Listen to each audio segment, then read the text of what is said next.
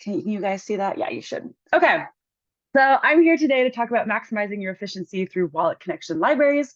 And really what this is about is making sure that you can build what you're building and connect to users everywhere without having to worry about that. So you can focus on what you do best, really making that DApp experience the best possible.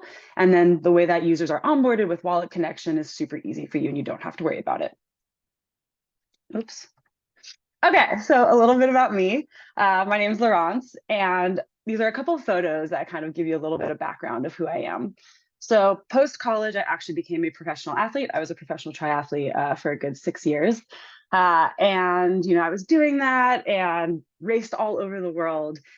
And I thought that it would be this like incredible platform to do a lot of good in the world. And I realized one morning that my whole life was all about getting first place, and that wasn't actually true to who I was. What I really enjoyed, I was teaching people on the side and helping people, mentoring people, and that's what brought me a lot of joy. And so I quit that day. I was like, this is not what I want to do. And I actually want to give back and I want to teach people and I want to mentor people. And one of the girls that I actually trained with had just joined Cello, which is a blockchain ecosystem you may have heard of. And she called me up and she's like, you got to join this ecosystem. Like, you may not know much about blockchain, but I'm telling you, like, you got to come. So I talked to the CEO and CTO, and they're like, look, we're trying to build this platform to really like bring in the entire world into the blockchain ecosystem. We're called Cello, we're creating our own network, et cetera. But like, hey, you're passionate, like we would love to have you on board. So I became employee 12 there. And it was this incredible experience where I really got to come into the blockchain world and touch every aspect of the communities. So I got to onboard validators. I got to understand like what's the difference between proof of work and proof of stake? What do developers need in an ecosystem in order to thrive? And so worked on all of that. We launched the Cello platform, and then we realized, hey, we need to have like our first wallet on the Cello platform. And so I worked hand in hand with one of my colleagues to build the Valora wallet. And then we actually became our own company. So that's that top photo is all us Valora employees. So worked at the wallet company, loved that. But then after a little bit of time, I missed being on the infrastructure side, mainly because it goes back to why I stopped doing triathlon. I wanted to really empower people. I wanted to set them up for success. And so that's when I joined Blocknative. And really at Blocknative, we build infrastructure to empower other people, to enable other people, to set people up for success. And so that's what today is all about. So just a little bit of background. Okay, so if we talk about onboarding users in a multi-chain world, it's actually quite complicated. There's a lot of friction caused by multi-wallet, multi-chain worlds. A lot of people use multiple wallets. They want to have that kind of capability. Now with a lot of dApps, you're saying like, hey, I'm on like 13 different platforms. Well, how do you enable that from a user standpoint if someone wants to transact? So some places where there's user friction, they're unable to access their preferred wallet. They're unable to switch the network to the network. There's a confusion about which protocol to use on what network. And then some negative outcomes are increased user churn caused by that friction, limited number of end users because you don't have enough supported wallets, and then lost revenue due to failed transactions. And this was something I actually experienced firsthand working on the Valora wallet, was that user friction is something that doesn't necessarily, like someone may be trying to onboard onto your dApp and they're going to blame you. And that's a bummer because you're like, hey, actually it's this wallet or it's this thing. And so it just creates all this confusion and not the best user experience. And so you don't want to lose users at that connection point, but you also want to focus on what you care about as a dApp developer. And before all of these options were available, as a dApp developer, you had to create that connection point. And that meant that you had to stay on top of all the latest and greatest on wallets, all these different complicated things, rather than focusing on your dApp that you actually want people to enjoy and love to use. So what do wallet connection libraries do? They save you time and headaches related to the UI and the logic of connecting wallets to dApps. And that's the biggest thing. And so what we do is we're saying we build this for developers, but also thinking about that end user. I want to talk about some of the top options in the ecosystem. Obviously, I work for Blocknative. Our product is Web3 Onboard, but I think it's valid to talk about these different options so you know what's out there. So the biggest things are open source. So Web3 Onboard and RainbowKit are open source platforms. That means that anyone can interact with them. You can contribute to the code base, all of that different stuff. Dynamic, and I'll talk a little bit about Dynamic at the end. It's a newer wallet connection module that's available today. Another thing that's really important in the Web3 ecosystem is data tracking. And so for a lot of Web3 like OGs, this was something that was very, very important and would oftentimes people would not use projects because they were tracking data. So Web3 Onboard and RainbowKit adhere to that. Dynamic does give you data, so they will let you know like every single wallet that has onboarded onto your platform and different things like that. Web3 Onboard, RainbowKit, free, completely free. Dynamic is actually, it's free to start, but then once you have 2,000 wallets that have connected, you start paying per wallet. Now, this new thing is SSO options, and this is where Dynamic kind of comes out. So SSO options are this new thing where you can connect via a social login. So say an email, different things like that. With Web3 Onboard and RainbowKit, you can add those modules. So for example, for us, there's Particle Network, there's Magic, and there's different things like that that you can add to when you configure your wallet connection library. Versus with Dynamic, it's just a check mark and then it ports it over. So that's why SSO integrated. Dynamic has it completely integrated. So Web3 Onboard RainbowKit, essentially the same product, a little bit different with the UI, but they're both used widely in the ecosystem and used by top dApps. Okay, so Web3 Onboard, I'm going to dive in now. To us, it's the best experience for developers. It's built by developers for developers. So we put a lot of thought on making it super, super easy for you to integrate it into your dApp. It's open source, it's framework agnostic, it's a JavaScript library, and then there's dynamic imports, which I'll go into that a little bit more. We're really passionate about bringing the community in. So on GitHub, you'll see we have 425 plus works on GitHub, 750 plus GitHub stars, and we have over, I believe we're at about 150 contributors from the ecosystem. And so if you have recommendations, if you want something, we just encourage that you submit a PR and our developers work hand in hand with you to get that across the line. Okay, so dynamic imports, minimal dependencies, what does this actually mean? Big thing for you as a dApp developer, you want to make everything as light as possible. So we have really small packages so it doesn't make your dApp run smaller. And it's dynamic. You get to pick and choose what you don't want and what you don't want. So say you're like, hey, I just only want to show 4 different wallets. Great, you can choose those 4 wallets. We have 80 plus wallets you can choose from, both software and hardware wallets. So you don't need to have all 80 presented there, but you get to dynamically choose. And you can change that at any time. We also talk about that maximal coverage, minimal effort. So you can add instant support for 80 plus leading hardware and software wallets. If you're building a wallet, all you need to do is submit a PR and we work with you to add that wallet into Web3 Onboard. With the multiple wallets, we also stay on top of all the different EIPs. So for example, a recent development was EIP 6963. Not sure if you guys know about that, but essentially before, when someone would try to connect their wallet, the only wallet that would really show up with wallet connection libraries was the most recent wallet you used, which was a bit of a bummer because it was created this race condition to be the first wallet to connect to a dApp so that like you got all of that market share. And so what 6963 did is it allowed developers to customize their wallet connection experience.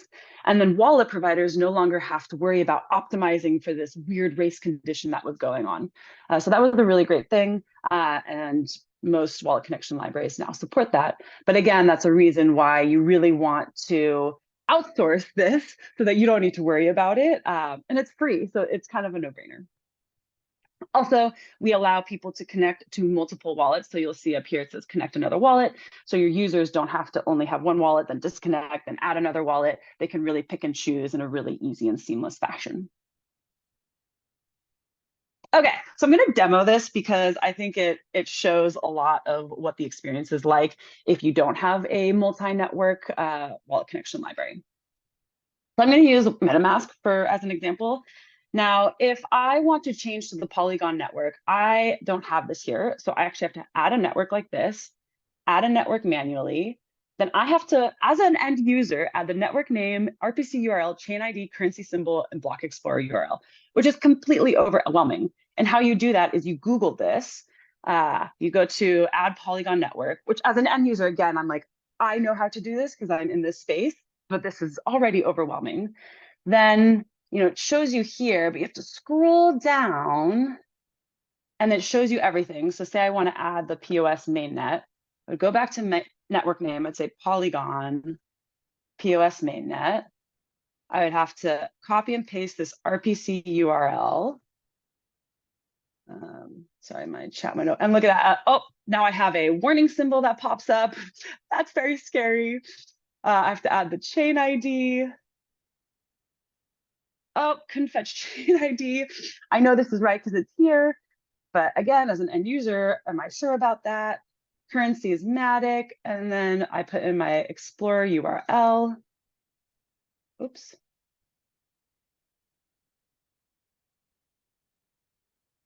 And then it won't even let me save. So I failed to even add this in. Whereas if we look at Web3 onboard, so at this point, the person's like, I don't know what to do. And they may go to your DApp and say like, how do I add this network? I'm confused. I can't interact with your DApp. Now on Web3 onboard, this is just our website, but we have a nice connection module here. You can see what it would look like. I'm going to connect my Phantom wallet. I'm connected now. I open my account center right here, current network Ethereum mainnet. I say, oh, I want to change to the Polygon network. Boom, I'm swapped to the Polygon network. So you can see how that user friction is eliminated in that step, which is once again, one step closer to a user actually transacting on your DApp. Go back to my presentation.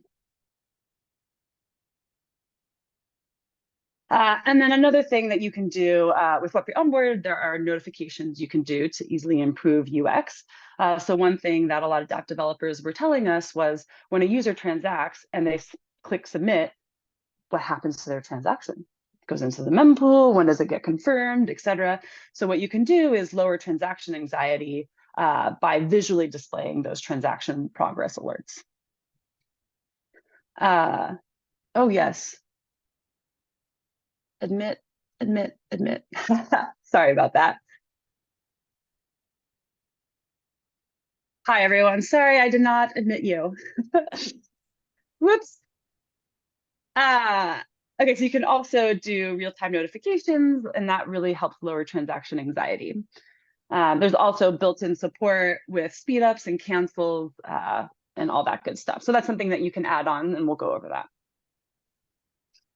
So again, benefits for dApps, increase the number of people that are able to connect to your dApp, capture engagement, especially with high-value hardware wallets such as Ledger, et cetera.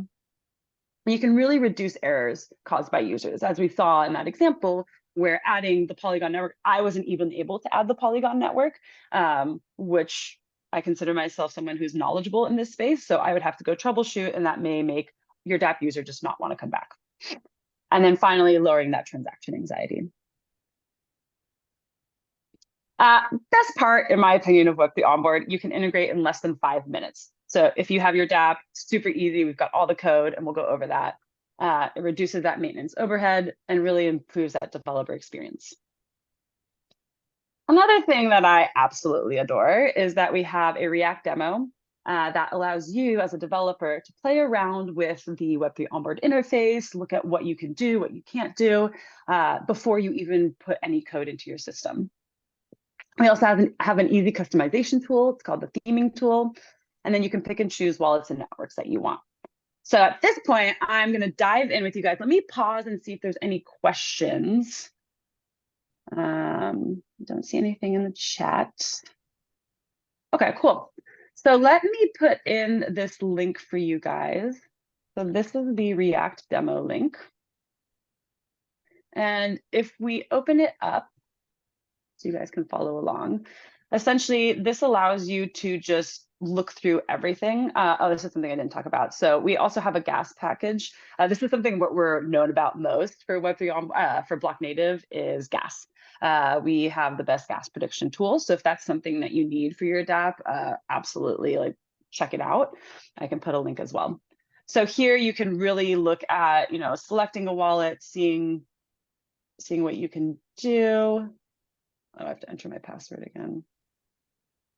Oh, I won't. Oh, I'm connected. I rejected my wallet. But you can change top left, top right, bottom left, all this different stuff. So I encourage you to look at the React demo.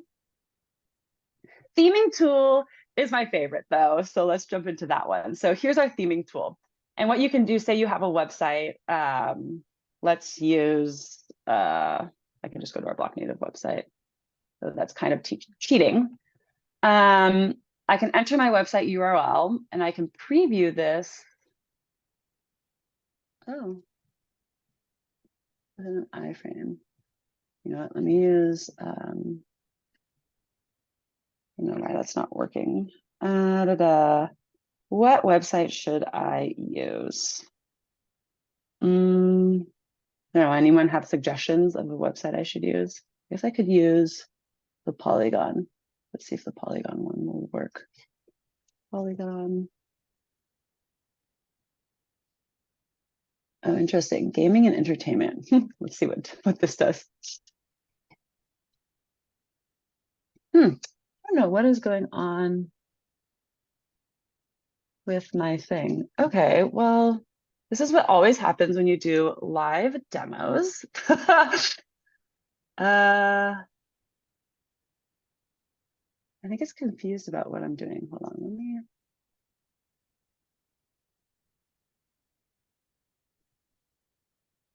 This worked every single time for me.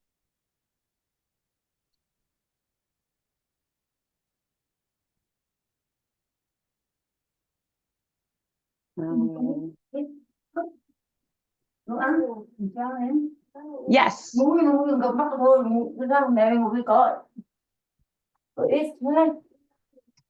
anyone else able to make this work? That's the theming tool. Very weird. Okay, well, typically what happens with the theming tool is you can like basically figure out what you want to do, and it shows you the onboard being customized for you. I can show you what Curve actually did for their onboard module. So they use Web3 onboard, so it's more customized to what they want. You can also remove the Powered by Blocknative, but basically you could just connect to your wallet, and they could do even more here and change the colors. But we make it very easy for you to do that. Okay, so now let's go into the documentation. How do you actually put this onto your DApp? Here's the documentation. And what we'll talk through is how you actually get set up. You'll want to go to the Getting Started section, Installation. And what we recommend is that you install the core onboard library, and then you can pick and choose what wallets you want. It takes less than 5 minutes. You would copy and paste this into your terminal, etc., and then just follow all these different steps. You can select what chains you want. You would add in the token, all that good stuff. And those would be all the chains that your wallet support or your DApp supports and that people can interact with. This is app metadata. It's optional. You don't necessarily have to do that. And then you would initialize onboard. The different modules here. So core is, it contains all the UI and logic for you to use. And then to add gas, you can add gas to your platform and the gas platform API if that is something that you want. And then you can see all the different wallets that you can add. So you can look at all the different ones. And then we also have the injected wallets. So that means that people who don't have like an SDK for their wallet, there's actually a whole injected wallets library. And you can see all of the ones that are available here. And then what do we support natively? Cool. So what I recommend is and what you get the 3 points for is actually like integrating Web3 onboard. And I will be here to answer any questions and the overviews here. And oh, actually, let me give you guys our Discord link. This is where all of our devs are. Here's our Discord. So feel free to join that as well to ask more questions if you have any. Can we add all the blog and as well as Grace Passion thing in our project? Yes, absolutely. You 100% can. So that would be, you would go here and gas is right here and it tells you how to install it. So let me put that link for the gas module. What's really cool about the gas module is typically how people, yes, so gas is free to a point because it calls an API. Let me double check what that is. But if you, let me give you guys my Telegram as well. You feel free to message me. What is my Telegram? Or join our Discord and message me and I can talk to you. But yes, it's free to a point. Let me go to our docs.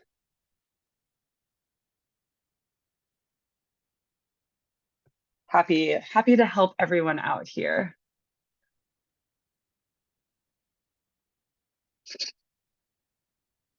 Yes, you have to have an API key. Yes, perfect. Yes, in that Telegram channel. I am there. And that's through our mempool explorer. So you would have to get it here.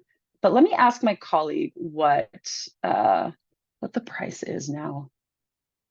But you can get quite a few. Pricing.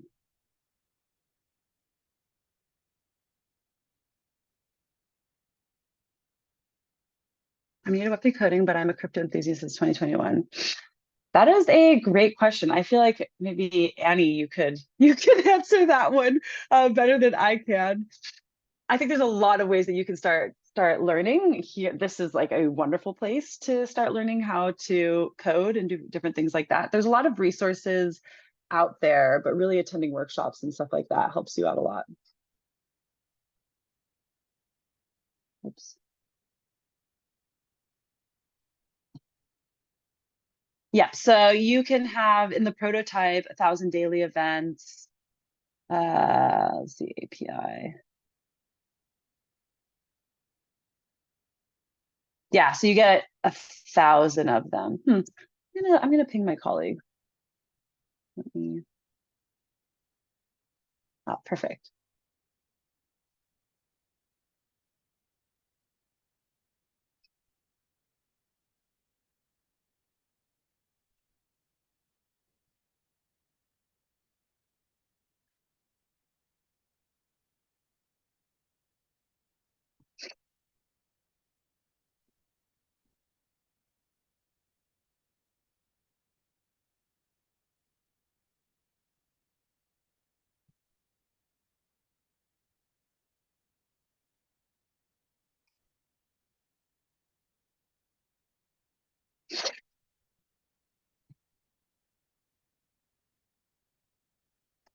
Yeah, great question, Gotham. So I got into crypto in 2017.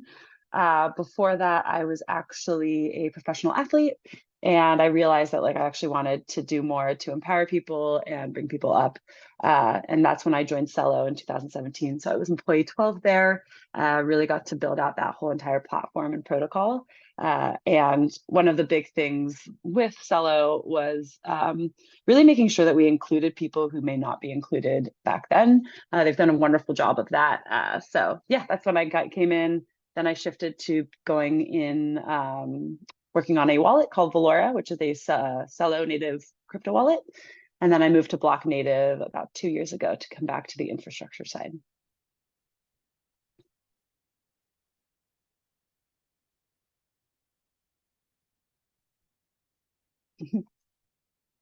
Yes, it was good. And it was interesting because coming to the Blocknative side, I realized how complicated Ethereum is. It's pretty impressive, and that's one thing that our gas platform does well is we typically what happens is you base your prediction models off of what the on-chain data looks like. And we actually have whole infrastructure looking at the mempool. So for those unfamiliar with how that works, on a blockchain ecosystem, when you submit a transaction, it goes to this thing called the mempool or the pre-chain layer, where it's waiting to get on chain. And so what happens there is a block builder will take all of the different transactions that they have, put it into a block, submit it to a validator, and then the validator says, I want to choose this block, it has the most value, and then it gets committed on chain. So there's a lot of things happening behind the scene to a transaction as it gets landed on chain. There's also a whole concept of private transactions, so you can submit your transaction privately so that no builder actually sees your transaction. Well, they see it, but they can't sandwich it or front run it, which means that you have worse settlement. So lots of stuff going on behind there, and that's our expertise at Blocknative. So yeah, if anyone has questions on that, happy to dive into.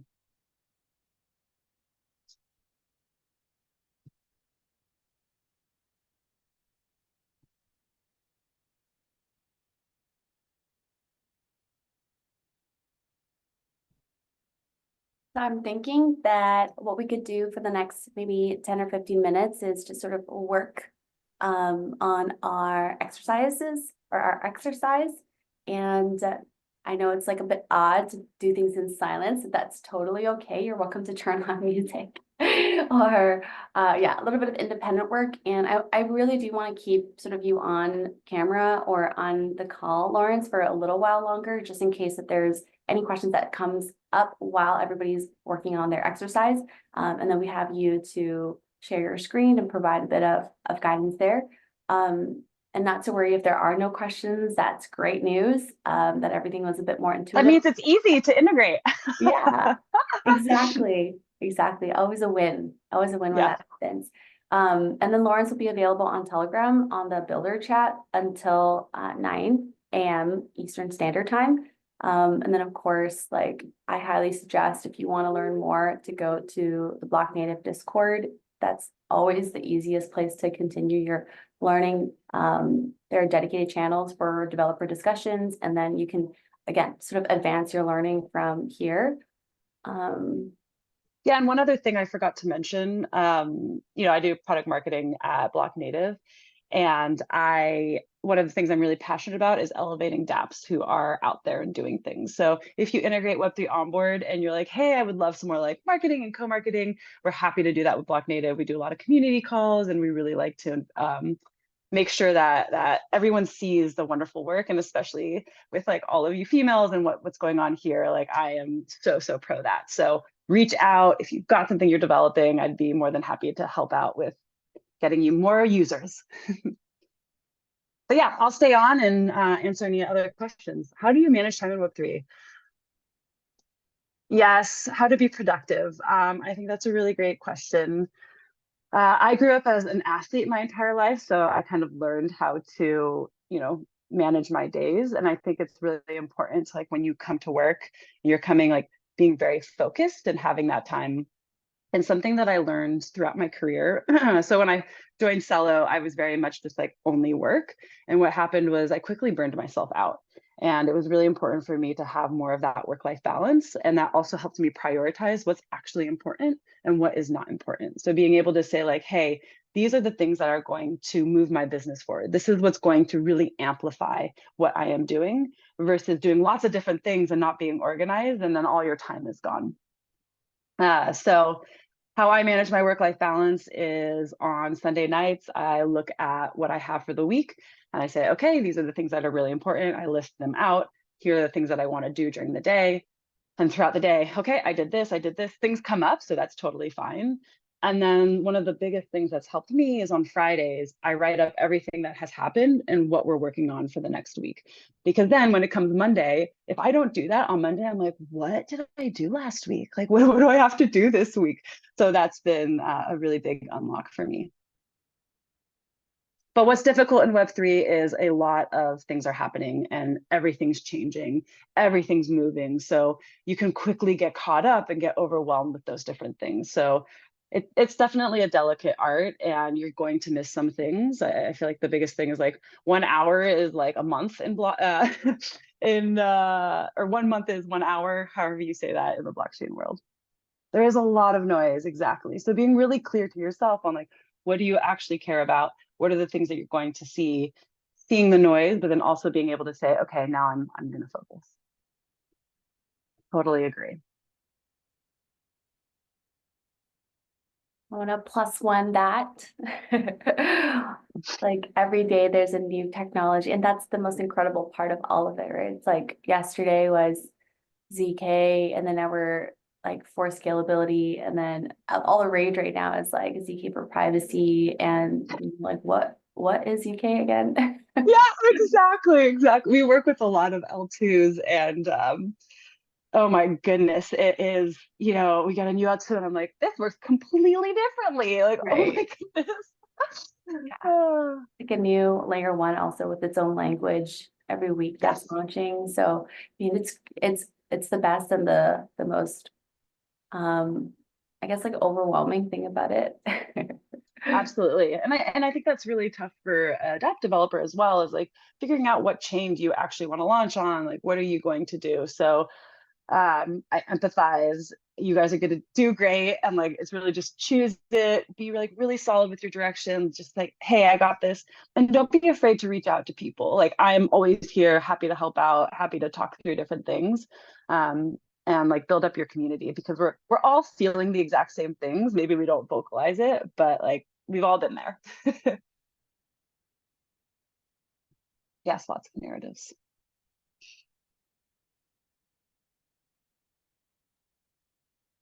Lawrence, I may have missed this earlier in your introduction, but did you have experience in tech prior to being a professional athlete? It feels like a kind of a big chasm to jump. Yeah, no, so I did not. So I graduated from UCLA with a degree in marine biology, so not tech at all. Oh, Uh, and yeah, so when I was doing professional triathlon, I actually did a lot of product marketing. I didn't know it was that. So essentially, I'd have sponsors, they would give me product, and I would go around using this product and talking to people about what they liked, what they didn't like. And I was really passionate about that. And then so when I went to Cello, I basically said, I don't really know what I want to do. And they're like, don't worry about it. The world's your oyster. Go into every single dimension and figure out what you want to do. So I did go to market. I worked a little bit with the engineering team. I did what we called experience. We didn't call it marketing. mhm. And that's how I really learned all of the ins and outs and had great mentors. Wow. I love Yeah. that so much. I feel like the other overwhelming part of Web3, and maybe Gautam in the chat alluded to it, is like where do you start if that Mhm. hasn't been your background? And like, yeah, it's so fascinating because while yes, there are sort of requirements for certain roles, there's a lot of freedom and flexibility and a willingness Yes. because there's not that many people in Web3. So it's Yeah. like take everybody that you can get, and then we'll learn together along the way, which comes with its challenges too, like the chaos of it all. So it's kind of like a startup on like times 10, you know? Yes. Mhm. Yeah. And I think it's a couple of things that I think what really helped me was, and I think this is overlooked in many situations. Every day when you present yourself, no matter who it is a reflection of who you are and who you are to work with and who you are to be around. And you never know who you're going to meet in your everyday life. So Vanessa is the person who brought me into Cello. She was just someone that was at our training classes. I really liked her, and I was always on time. Actually, I was always early to swim. I always worked really hard, and I always had a positive attitude. And so when she heard that I quit triathlon, she was just like, "Hey, like you're awesome. You work super hard. We want you here. Like we know you're going to be successful." So Right. putting your best foot forward all the time just should it just speaks volumes. And if you're able to go to meetups, like there's a lot of crypto meetups in lots of different places that are free to attend. And if you go there, you start meeting people and you're just like, hey, I'm really, really passionate about this. I'm learning everything. And then people start thinking about you and like, wow, like I see them. Like they're really passionate. They're putting the time in. We have this job opening. And then that's your foot in the door. Like get that foot in the door and then your world will expand. Mhm. Love that. I wish more, I wish, like, I recognize there are, and the invitation has been open to all, but for a lot of the women that I get to meet who are like really curious about this space, like that story really resonates. And I will hope that many of them get to hear that because there's like this, imposter effect Mhm. compounded on with like the reality that there is a resume that sort of is not quite what you would imagine for a super like cutting edge, like what they call bleeding edge technology. But yeah, similarly, like I too didn't have a web, like I don't know, nobody has a Web3 background because it's been So young. 5 years old, like really industry. So you just pick the thing that you really love and are good at and enjoy. And then sometimes you just create the job for yourself. Yeah, absolutely. So Absolutely. reminds me a lot of like high school where you volunteer and join clubs and then until you figure out like, oh, this is the thing that I'm particularly good at or enjoy. And then you go and use that as experience to get a company to actually pay you to do that thing. Exactly. 100%, 100%. And I think it's, you talked about imposter syndrome and just acknowledging that everybody has that. I have it. Like I do. And there's times I go and I'm like, oh my goodness, like I went to East Denver and I was really worried. I was like, oh my gosh, like, do I know enough? I don't know this and I don't know this. And you Mhm. get there and you're like, everyone is feeling that way. Like I understood this ecosystem. I didn't understand this one. And the best thing for me to do is say, like, hey, I love your ecosystem. I'm a little confused. Like, I'm not really sure what's going on. And people are like, oh, let me tell you all about this because this is what I'm super passionate about. And also not trying to like put yourself in a box because there's so many ecosystems, because there's so many companies. Find something that you really resonate with. Like, you Mhm. know, if an ecosystem is very open, they really support females, they really like put XYZ that you care about forward. Maybe you really care about helping the planet. Maybe you really care about gaming. There's all these different things that you may be passionate about. And there is that little niche for you out there. It's Yeah. just about finding it. And then as you become passionate, people just want you to be part of it more and more and more. Yeah, I totally hear that. I'm reading a message from Mary Melissa who says there's a real dev crisis as soon as you start knowing just a little bit. It's like the sea of information is so big that it's really easy to get lost. Yeah, Yeah, it's sorry. so true. No, no, I completely agree. And I think that's you kind of start and then you're like, oh my gosh, there's so much that I have to do or I have to know. And just give yourself patience, give yourself the grace that like it takes a little bit of time. And don't expect yourself to just get it all immediately. But again, find those groups that are helping you elevate you, bring you up. And that, I mean, this is such a great example. Like you're getting to meet so many different people who are in these orgs. Don't be afraid to reach out to us. Don't be afraid to say, like, hey, I'm getting really confused and lost here. Do you have any recommendations? And our network, that just expands your network. Because I may say, like, oh, I know this person, like you should talk to them. Then that expands your network. And then you can talk to another person.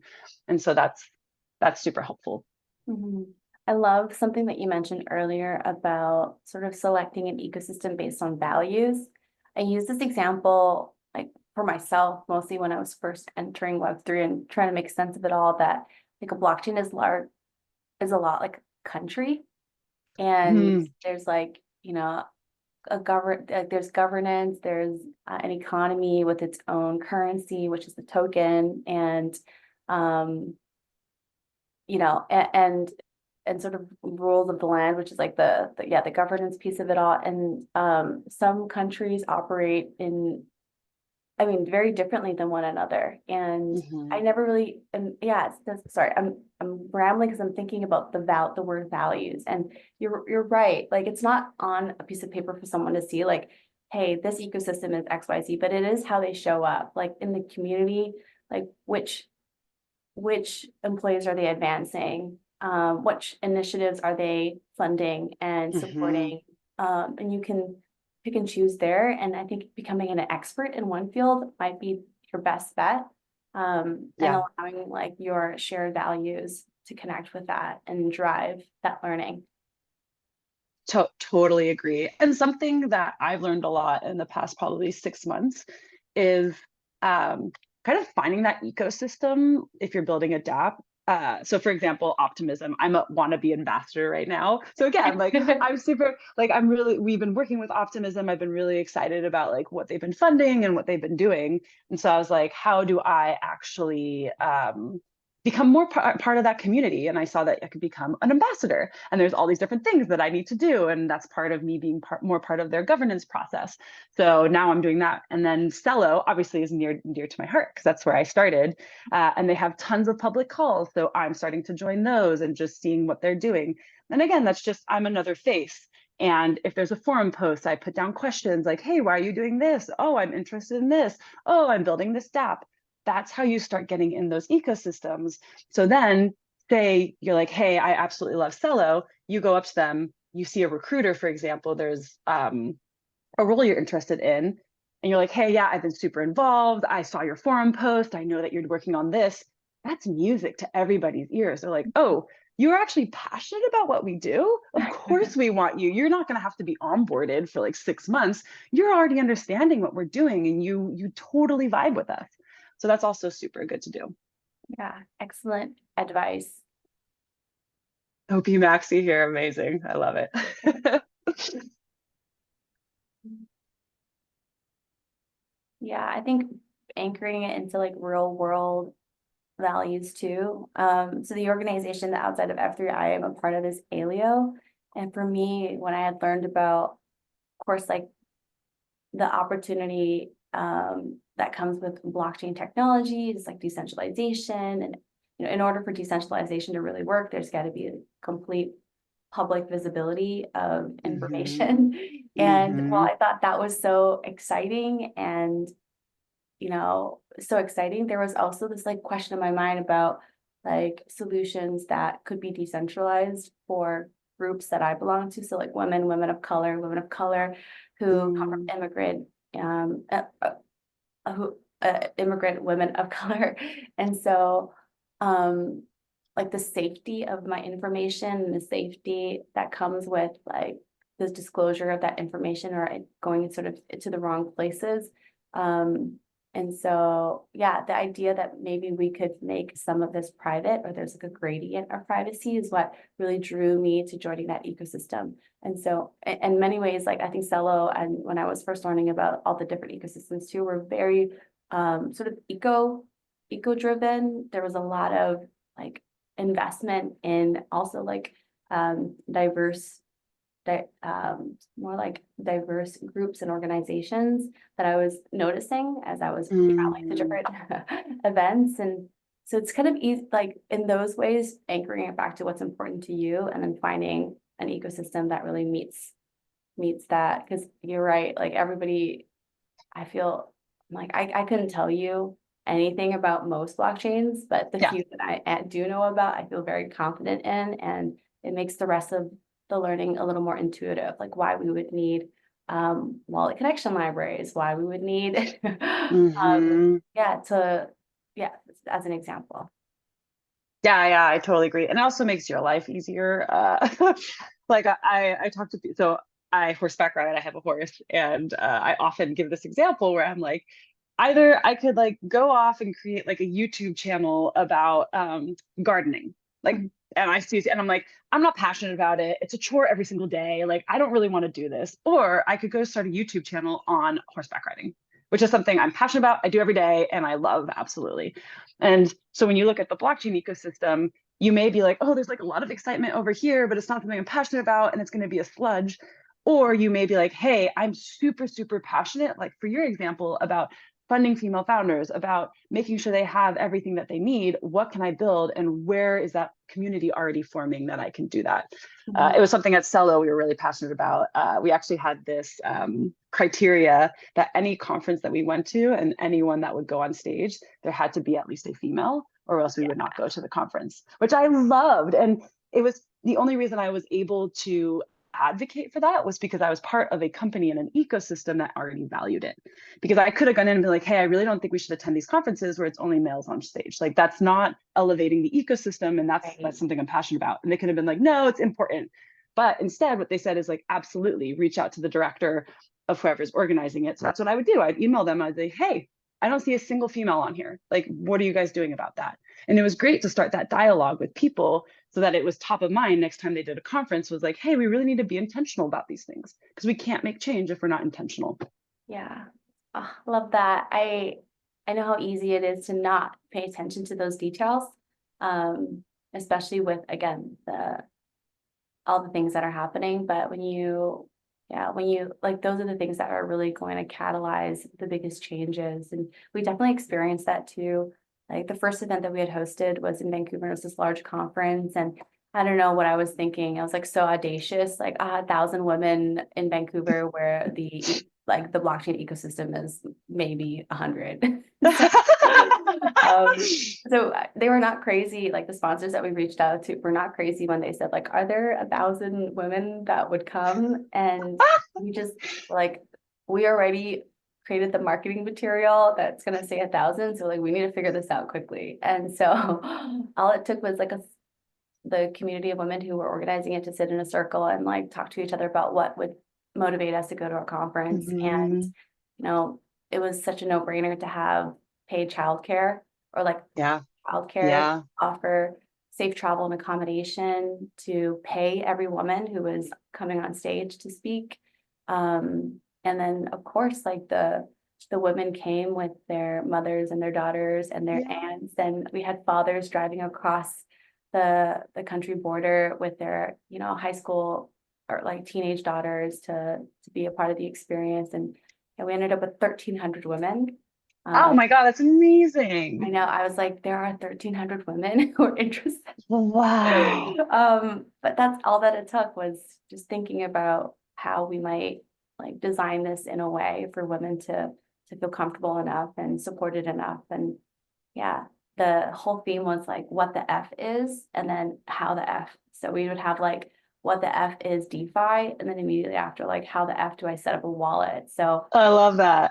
1,300 women minted their first NFT, purchased their first crypto, like all together. And it was like, listen, like, mind you, this is my first ever experience in Web3. I didn't realize the safety that was, how unsafe all of that was on a public network.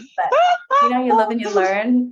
Yeah. I mean, and I think what you bring up too is a really valid point for people who are building. So all people here is understanding your user and your use case, and really doubling down on that. And so that was something that we learned with the Valora wallet, was our target audience was really bringing people in countries that don't have access to that. So Philippines, for example, was something, and we were able to say, like, what would it take for someone to use the Valora wallet and to use crypto? And so we developed the application in a way that made it more user friendly for that. Or for people in forget what other country did, but basically when we actually did our user research, they were like, hey, we would never on our phone have our wallet pop up and say how much money we have on it. Right. Like we just can't do that. Like someone would steal our phone and take all of our crypto funds. So being really able to capture that audience is critical. And like you said, like you may have this crazy goal, but like sit down, think about it, and think about what would actually enable these individuals. And it may be something as simple as having childcare. And that's amazing. And that's not simple. So that is like a huge thing. But look at what you're able to do. It's incredible. Thank you. There's a couple of questions that are maybe not directly related, but I feel like you might be able to help answer. So, is there any place to learn more about wallet security? Lots of hacks happening. Any tools to improve security? I wonder if Blocknative is like sort of put together any blogs or content or resources for learning there. So we've got great blogs. I'll put this here. So with the hacks, I think it's something I actually met with the MetaMask team at East Denver, and it's something that's very top of mind for them. We also, for the Ledger team, they were talking about how there's these smart contracts, and what's going on is like they look totally fine. So what all of these wallets typically do is they notify you if a smart contract is incorrect. And then like it'll just drain all your funds, and you should not interact with it. What we have on the Blocknative side, it's called transaction simulation. So what that does, and you can add that in, here, let me share my screen. So this is our blog. We have a ton of different things here. Let's see what we have for wallets. I think we have a wallet tag.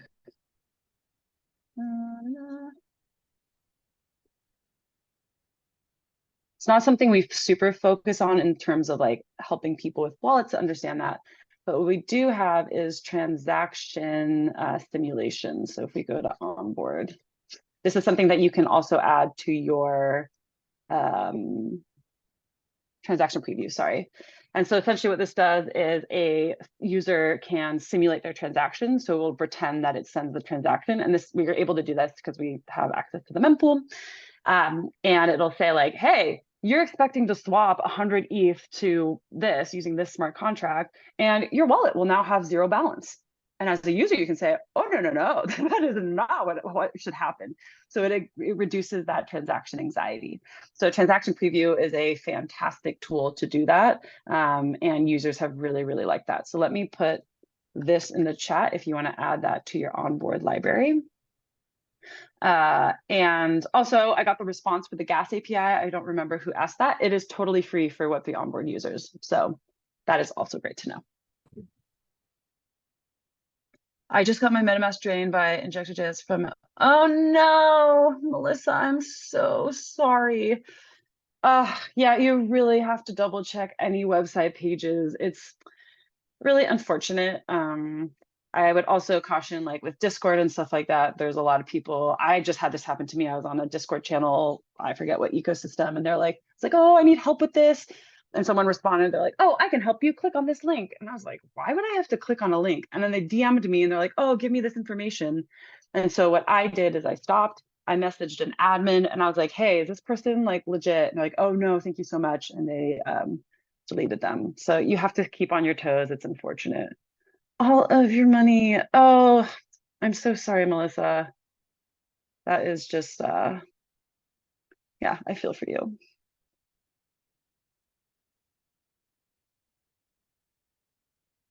Access at a bot. So even if you sent, yes, you're right. The funds will be transferred. It is pretty bad. But yeah, transaction preview will help with that. Absolutely. If you do also want to have, you can integrate private transactions into your dApp or your wallet as well. So we have, let me show you guys. It is also free to use. So it's called MEV Protection Transaction Boost. And essentially what this does, actually, let me show you the better page. /MEV Protection. So it's aggregated MEV protection plus full visibility. So this sends your transaction to a private RPC endpoint, which means that it's not going to the public mempool. The builder will see that transaction, they can't front run or sandwich it, and then they put it onto the blockchain. The negatives of this is that it can take longer to get on chain because you're sending it just to those builders and it's not publicly available. But the positive is you don't, it's not out there for everybody to see.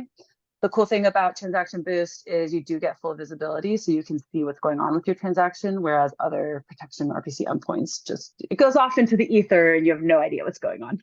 So if you're interested in that, you can do that yourself with your own transactions. You can just like add it to your MetaMask wallet and all the directions are here. So I'll put this over here. That's true. Good way to reverse how to not use wallets. No, positive outlook. Yeah. You know, my rule of thumb is like just never have too much on any one particular wallet. Yeah. Yeah. I mean, and this goes back to what we said before. A lot of people have lots of different wallets. yeah. Like I have my test wallet. I mean, I think my MetaMask wallet has like 4 different accounts because I just, yeah, I use something different for everything. Mhm. There's been a new thing too, I've noticed as somebody who is like the recipient of some like sponsorship and reward funds for our events, is like if my wallet has never received a payment before or there were no transactions before, like they're immediately flagged. I thought that was interesting. It's nice to know that there are more security sort of measures being put in place for this stuff, because it is probably the number one reason like people shy away, like newcomers into the Web3 space shy away from participating. Absolutely. Yeah, and like onboarding, it's something at Valora that we had a lot. The crypto wallet I was part of is just even onboarding someone onto blockchain and adding funds is quite the challenge. And different people in different geographies have different access. So like for me, at least when I add money, I actually go through Coinbase, even though it's centralized. I'm like, I trust it. Like I know I can do this, but Coinbase isn't available for every single country out there. So there's a lot that we can work on, which is why it's really exciting to see all of you guys enter this space and like bring in your knowledge, because we need more knowledge and we want more people thinking about these problems and creating new solutions. Yeah. Since we need to connect our wallet to Blocknative to simulate the transaction number whenever we connect to a website. Yeah, I think, as we have a little bit of time left, for those who weren't able to join us in the beginning, maybe we can do just like a quick little recap of that. Absolutely. Yeah, I've experienced that as well, Aaliyah, with Binance and Coinbase. So I have centralized wallets, hard wallets, centralized wallets. Yeah. All the things. All the things. Okay, so if you go to onboard.blocknative.com, you can just test it out here. I'm going to connect my Phantom wallet. It's already connected. And so here, that way I can't do a sample transaction. I have to go to our React demo. 1 second, please. I can also send you guys a private YouTube video I created for a grant that we are applying to. And that will go over everything in like 4 minutes as well, which gives you a good thing. So this is transaction preview. Try transaction preview. So here it'll show that. I can press confirm or cancel. And this is basically like it simulates the changes. I don't know where, I should know where this is. Here's an example. And then it just presses confirm. Your account is receiving that. And so that's the whole demo there. And then another thing that I glossed over is this account center right here. You can enable this inside of your dApp, which is quite nice. Again, customizable, but this allows people to see what their wallets are, connect to different ones, etc.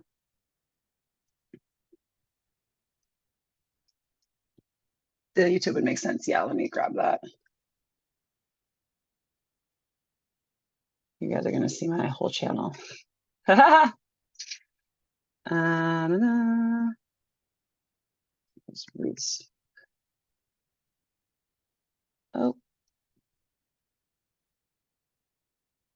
So yeah, we have a rich library of all of our different. That's because I'm showing all the public ones. Okay, let me send you guys this one. Yeah, we do have a browser extension for gas. And like I said, gas is free. So if you go to products, we have an Ethereum and a Polygon gas estimator, and you can download the extension here, which people really love. We also, if you're interested in what's going on in Ethereum, we have, it's called Ether now. It's pretty cool. So you can see exactly what's going on in the mempool, which is awesome to see. So you can see like how many private transactions there are. And like we discussed before, when you send a transaction, it goes to the mempool.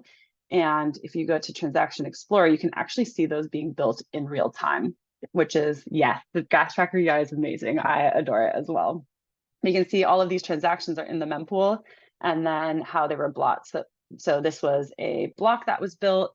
You can actually track your own wallet. So you can create a filter and you can add your address and then save it. And then you can see everything that's going on with your wallet, which is cool. But yeah, and then you can look in here, you can be like, oh, who did someone send it to? How much time was it in the mempool? Was it private or public? So like this was a private transaction. Yeah, just cool tools to just check out different things. So if you're interested in Ethereum, this gives you a good overview of more of that nitty gritty internal stuff. I can put that here.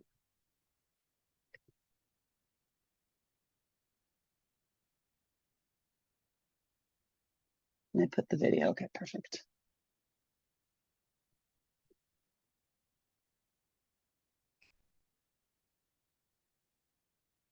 And then also, if you want to do the transaction protection, we did it for Math Wallet. I did a little tutorial, but I can obviously do more tutorials on how to add it. But that's an overview of how to add different.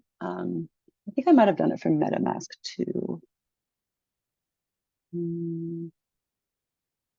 Oh yes, I did it for MetaMask. So this one's the MetaMask wallet. A bit more popular wallet.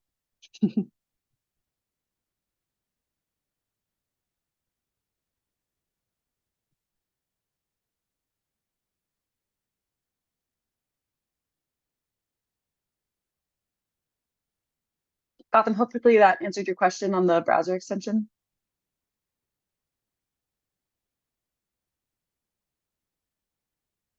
Yes, Aaliyah, I agree. Coinbase takes 24 hours and it is definitely an issue when you need the funds. And that was something in the Valora wallet. We had to make sure that you were able to withdraw quickly. There's tons of, yeah. So what is your task on Laurence? So for us, it is adding Web3 onboard to your DApp. So that's the wallet connection library. And let me reshare my screen. You can set it up in less than 5 minutes. You can go to our documentation here and you can go to get started, install it. If you want to set it up with your custom styling, we have a nice tool with the theming tool. And then we have our different modules. So you get to, as a quick overview, you can add up to 80 plus software and hardware wallets. All of the different functionality is dynamic and you get to choose what packages, super small packages, so it doesn't make your DApp run slower. There's the React demo if you want to do all of the code and see how it works before you add it in. But yeah, it just takes 5 minutes and then you'll be able to onboard as many users as you want and it'll be super easy. What if we don't have a DApp? That's a good question. If you don't have a DApp, I wonder if there's like a hello world type solution for that. Think about that. yes.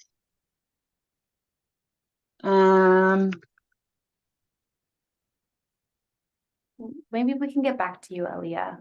Yeah. Yeah. Is there a demo?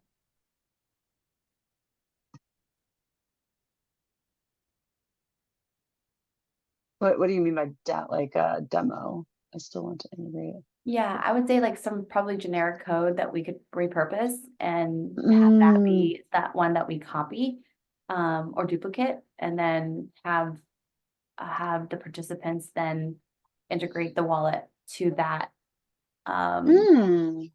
that duplicated code. Is that what you're asking for? Okay, awesome, Leah. Yeah.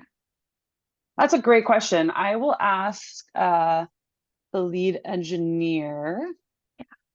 And then yeah, I can get back to you. I think the word is fork. We could just fork some Yeah. code that is like a really basic generic DApp, and then have the participants of the workshop do the wallet integration on that DApp. Yeah. Okay. Is there a way for people to take that? So Leah and everybody who's on the call, we'll have Laurence check in on that, and we'll get back to you before hopefully the day is over. And you know, we may be a bit more generous about submission. So yeah, stay tuned. I think what will end up happening, and you know, because we're learning from today's experience, is a couple of things I'm already working on is possibly one, increasing the point value of all of our workshops. No promises yet, but I will announce that as soon as we have that information. And then the second is giving you just a little more time, maybe a couple more days to get all of the work done.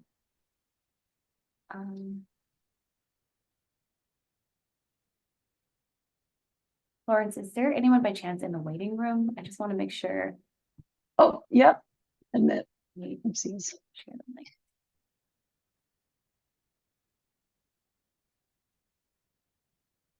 You're welcome.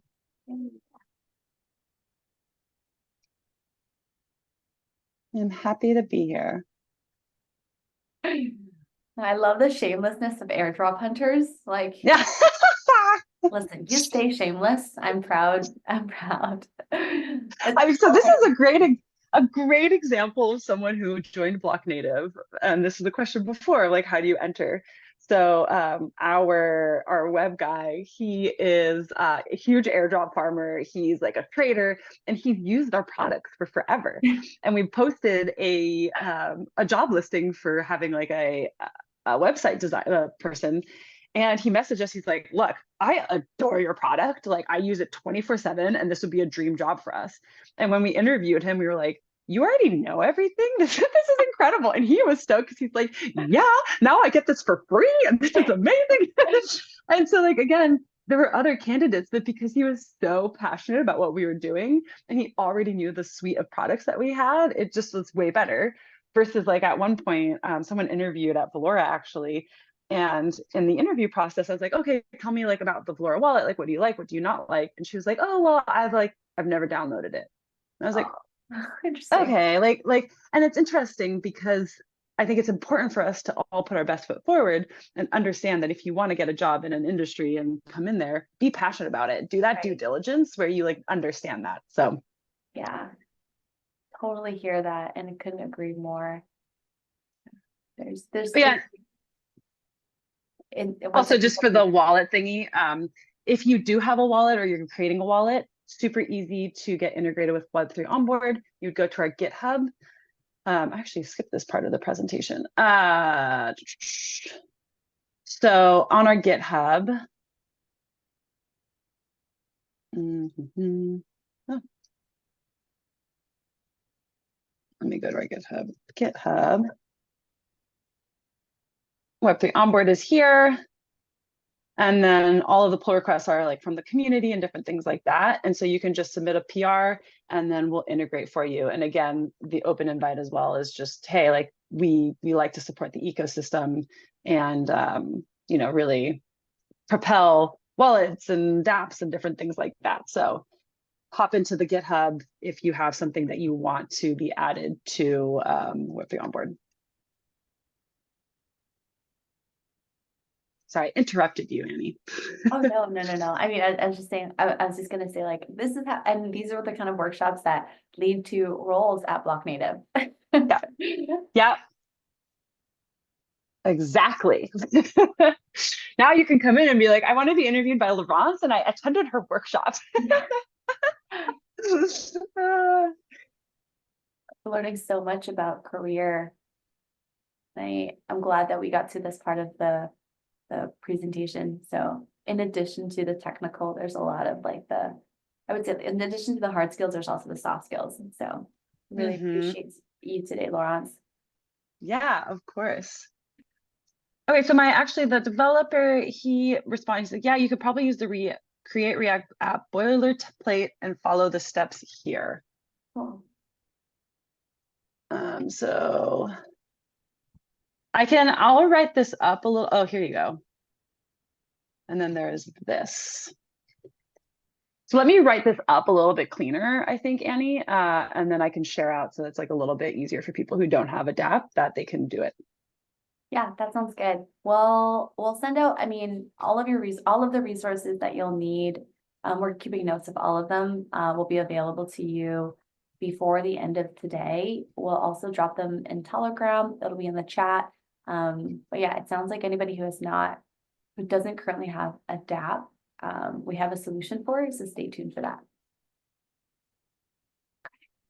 I am going to let us wrap a little early. If you can just stay on Telegram for any sort of follow-up questions, that would be lovely. Yep. Yeah, then I'll just give Laurence a little emoji clap. I think that would be so appreciated. This Thank you all recording, for all the questions. yeah. Yeah, this recording is going to be available also pretty shortly after. I just need to make some edits to it. And then we look forward to all of your submissions. The form is shared. I'm just going to share it with you, the link here too. So once you've completed this, you can submit a request at the end of the day when all of the workshops are done. Oh, that is not it. Oh, yes, my Twitter. I do a lot of community calls, so come join our Twitter, our community calls. I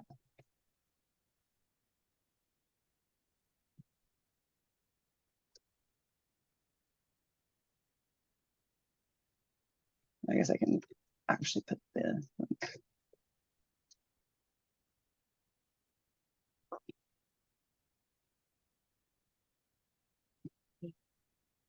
Have a great rest of your day, Laurence. We will stay in touch online, and Yes. thank you to everybody who joined us. In about 40 minutes, we will be